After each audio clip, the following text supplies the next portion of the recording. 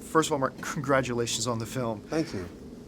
And I mean that when I say congratulations, I also mean thank you, because it's so good. Oh, it's so great. And you know, one of the best things about the film, I find that a lot of sequels sometimes, the mistakes they make is that they forget that as human beings we change and we grow, especially when traumatic events happen. Yes. I love that this Bilbo was a slightly different Bilbo than the first one. When you guys were approaching this film and understanding his evolution, what were some of the key things you and Peter Jackson wanted to nail in that transformation, the change? Well, I definitely, you know, I mean, I was as keen as he was, and I was quicker out of the traps than anybody, thinking I want to start to play that slightly darker stuff, you know, because it's, excuse me, I think it's implicit in the book. I mean, you know, the book is hardly a psychological treatise, but anyone who goes through that stuff must be changed, and anyone who goes through that stuff will be affected by it.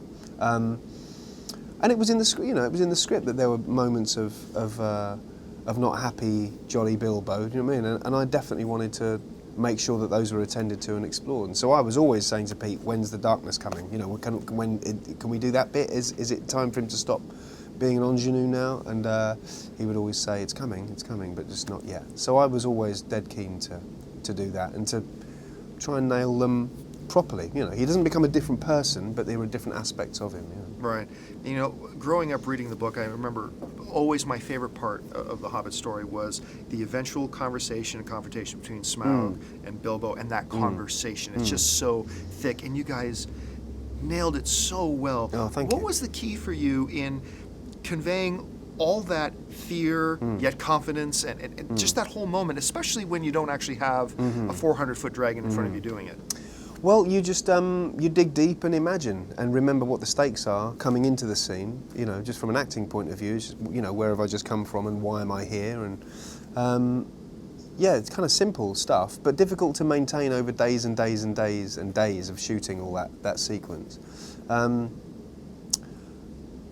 Ideally, of course, you have another performer looking you in the eye, but as you say, there is no such thing as a big dragon, so it's all cheated. You know, I didn't have Ben's voice there, I had that read in, so yeah, you're pretending a lot, you know, and hoping that you're not overacting or hoping that you're not being too pantomimic or whatever.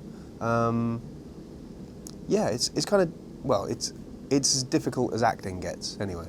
Right. Not as difficult as coal mining, but yeah. And you know, a lot of the actions just seems ramped up even more as you know, we're growing to this crescendo of it. Physically, how was making the Desolation of Smaug a little bit of a different experience for you than the first Hobbit film? Yeah, I mean, you're right. There is more action. There are more kind of set pieces of action, more fighting, more sort of generally jumping around, you know. And Bilbo finds himself in a situation where he has to join in that, or he'll die, or his friends will die. So. Yeah, it felt different, but it didn't feel that different because it was all on a fairly seamless trajectory of filming. It wasn't like we did one and then we'll do another one and then we'll do, you know, they all kind of bled into each other.